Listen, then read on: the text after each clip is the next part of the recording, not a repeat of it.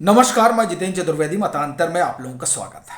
दिल्ली के मुख्यमंत्री और आम आदमी पार्टी के संयोजक केजरीवाल साहब कमाल के आदमी हैं। वो स्टंट करने में बड़े माहिर हैं। अभी वो एलजी को लेकर कुछ हल्की फुल्की आप ये कहिए कि बातें कर रहे थे कि साहब एलजी जो है इतना हमको डांटते रहते हैं, इतना तो पत्नी भी हमारी नहीं डांटती है।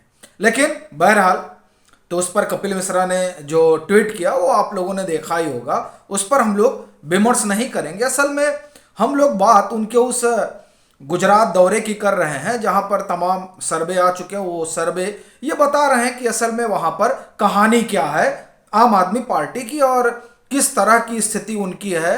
एक आध दो सीट अगर वो पा जाते हैं तो काफ़ी रहेगा। जो सर्वे बता रहे हैं, मैं कुछ नहीं बता रहा हूँ, नहीं तो कई साथी अपने कहेंगे कि नहीं आपने पंजाब में भी कहा था। तो दरअसल पंजाब में तो हम लोग औंधे मुंह गिरे ही, पर अभी जो सर्वे बता रहे हैं वो ये कह रहे हैं कि साहब आम आदमी पार्टी के लिए वहाँ खास जगह नहीं है।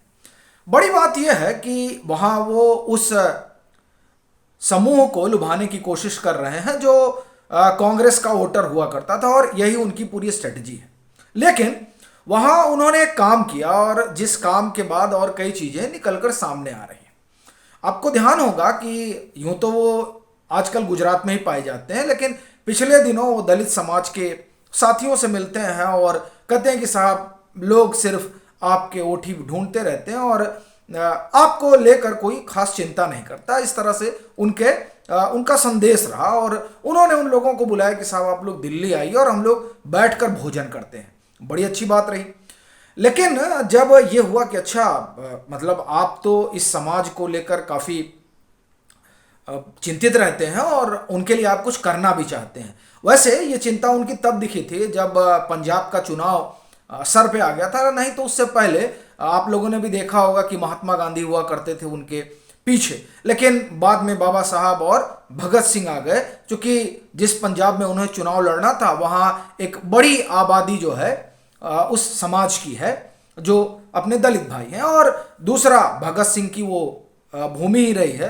तो उसके जरिए वो एक मैसेज देना चाहते थे और उस मैसेज में वो काफ़ी हद तक सफल भी रहे। लेकिन जो सफलता उनको पंजाब में मिली मैसेजिंग के जरिए, ऐसा लगता है कि गुजरात में उस तरह को मैसेजिंग नहीं कर पाए। और उसकी वजह ये नहीं है कि वहाँ कुछ हो गया।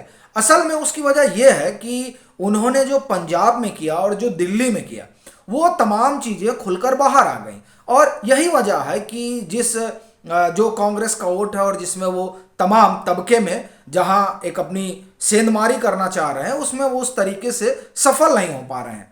मसलन जिस समाज की हम बात कर रहे हैं और जिस समाज को लेकर अगर आप ये कहें तो अरविंद केजरीवाल तो रोने भी लगेंगे। सो वो उन्होंने बाकायदे रोया भी, अब लिटरली आंख से आंसू बहे कि नहीं, चूंकि हम तो वहां थे नहीं, लेकिन फिर भी उन्होंने दर्द जाहिर किया। अब ये दर्द उस पंजाब के लिए क्यों नहीं आया जब वहां सरकार बन गई? हुआ क्या वो मैं आपको बताता हूँ। एक खबर है और ये खबर अमर उजाला की है और ये जुलाई की खबर है, जून की है संभवतः। ये खबर जो है वो अमर उजाला की है, 21 जुलाई 2022। सरकार मार्च में बन गई थी अरविंद केजरीवाल की। खबर का शीर्षक क्या है? पंजाब सरकार ने नहीं चुकाई स्कॉलरशिप, 2 लाख दलित छात्रों ने कॉलेज छोड़े। ये अमर उजाला की खबर है। मैं अपनी तरफ से कोई खबर नहीं बता रहा हूं, आप जाइएगा और आपको इसमें स्पष्ट नहीं दिखाई दे रहा होगा। आप इसे डालिए पंजाब सरकार ने नहीं चुकाई स्कॉलरशिप, आप गूगल पे उसे पा जाएंगे। सो ये उनका विमर्श है। अब देखिए दूसरी खबर जो है वो उस दिल्ली से है जहां पर वो पिछले 7-8 साल से सरकार में है और अपने उस दिल्ली मॉडल का वो बखान करते हुए थकते नहीं और बताते रहते हैं कि साहब ये देखिए ये हमारा मॉडल है और इस मॉडल के जरिए हमने क्या दिल्ली में कमाल किया है। अब उस कमाल की आप कहानी सुनिए, खास तौर से उस समाज को जिसको अपने पाले में करने के लिए वो तमाम तरह की बातें कर रहे हैं, उसको अब आप सुनिए। दिल्ली एलजी ने ऑर्डर दिया है। अब वैसे देखिए दिल्ली एलजी तो इस समय जो है जैसा उनके बारे में कहा भी जाता है और हमने उन पर एक पूरा प्रोफाइल भी किया था मतांतर पर, जिसमें इस बात की चर्चा हम लोगों ने की थी कि दरअसल वो उसी सेक्टर से आ रहे हैं जिस सेक्टर से अरविंद केजरीवाल आते हैं, एनजीओ। सो एनजीओ में किस तरह का खेल चलता है उससे वो बखूबी वाकिफ हैं और कैसे फंडिंग होती है और तमाम तरह की चीज़ें क्या हैं। क्योंकि अरविंद केजरीवाल की ही एक समय में सहयोगी रही मेधा पाटेकर को लेकर उन्होंने बड़ा भारी अभियान चलाया था एलजी साहब ने। तब वो गुजरात में हुआ करते थे और वो मेधा पाटेकर वहां पर नर्मदा बचाओ आंदोलन चला रही थी और वो जिस तरह से उसमें तमाम फंडिंग और तमाम चीज़ें जो चल रही थी, जो उसके पीछे की पूरी सियासत थी कि किस तरह से गुजरात का जो विकास है उसको बाधित किया जाए, और वो तमाम चीज़ें उसका एक्सपोजर कर रहे थे उन दिनों गुजरात में रहते हुए दिल्ली के एलजी। तब वो वहाँ उनका एक अलग भूमिका में थे।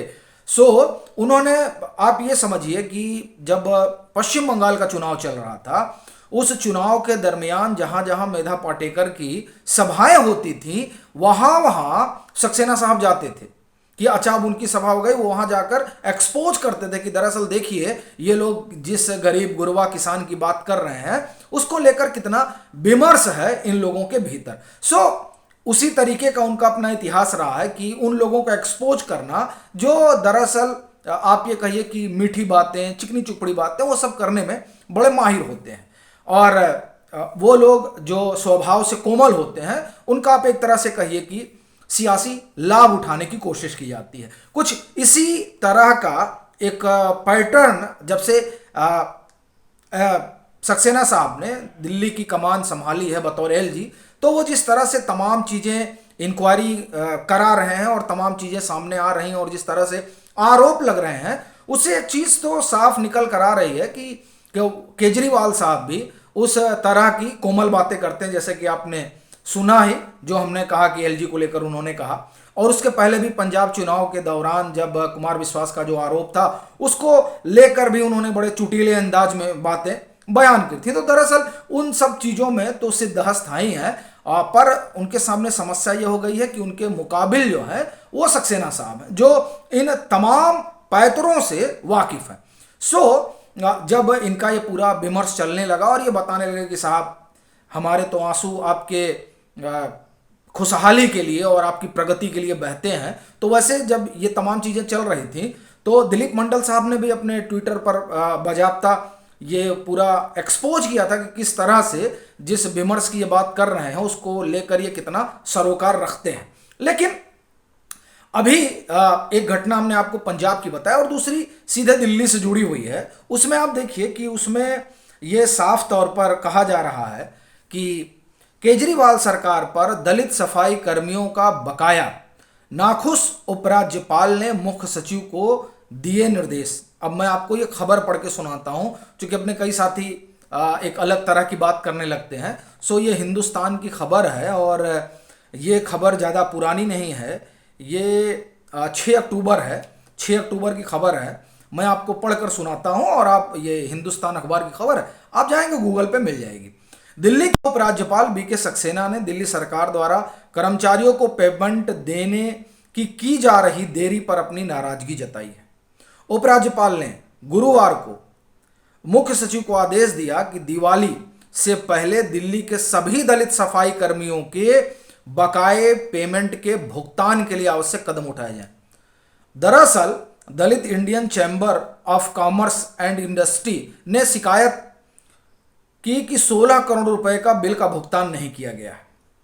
इस शिकायत में कहा गया था कि दिल्ली जल बोर्ड के जरिए राष्ट्रीय राजधानी में सीवर लाइंस की सफाई में लगे कर्मचारियों का 16 करोड़ रुपए का बिल अब तक दिल्ली सरकार ने नहीं दिया है। यह है साहब विमर्श। दीपावली का मौसम है, दशहरा बीत गया है और कहा जाता है कि दीपावली को एक पर्व हिंदुस्तान में जो 2-3 बड़े पर्व मनाए जाते हैं उसमें एक दीपावली भी है। चूंकि दीपावली वो दिन है जब प्रभु श्री राम अयोध्या आए थे, तो जाहिर तौर पर वो एक उत्सव का माहौल होता है।